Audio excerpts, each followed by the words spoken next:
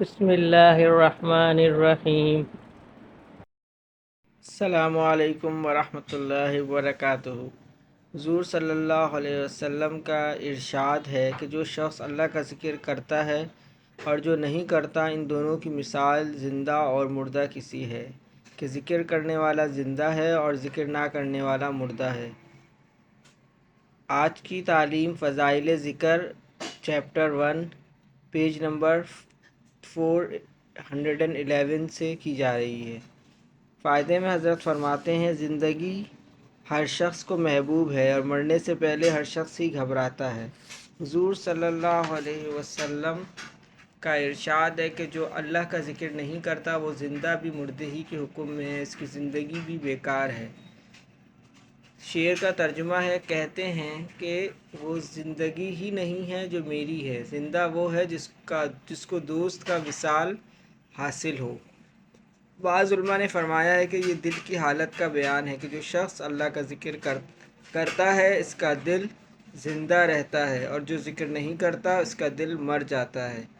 اور بعض علماء نے فرمایا کہ تشبیہ نفع اور نقصان کے اعتبار سے ہے کہ اللہ کا ذکر کرنے والے شخص کو جو ستائے وہ ایسا ہے جیسا کسی زندہ کو ستائے اور اس سے انتقام لیا جائے گا اور وہ اپنے کیے کو بھگتے گا، اور غیر ذاکر کو ستانے والا ایسا ہے جیسا مردے کو ستانے والا کہ وہ خود انتقام نہیں لے سکتا۔ صوفیہ کہتے ہیں کہ اس سے ہمیشہ کی زندگی مراد ہے کہ اللہ کا ذکر کثرت سے اخلاص کے ساتھ کرنے والے مرتے ہی نہیں بلکہ وہ اس دنیا سے منتقل ہو جانے کے بعد بھی زندوں ہی کے حکم میں رہتے ہیں، جیسا کہ قرآن پاک میں شہید کے متعلق وارد ہوا ہے۔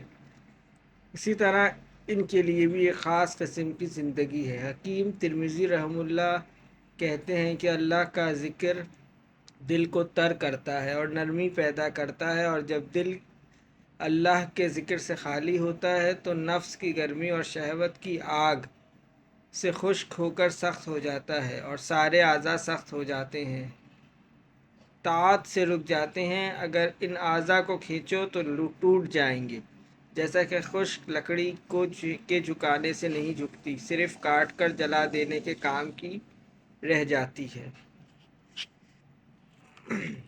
اللہم صلی علی محمد وعلی آل محمد۔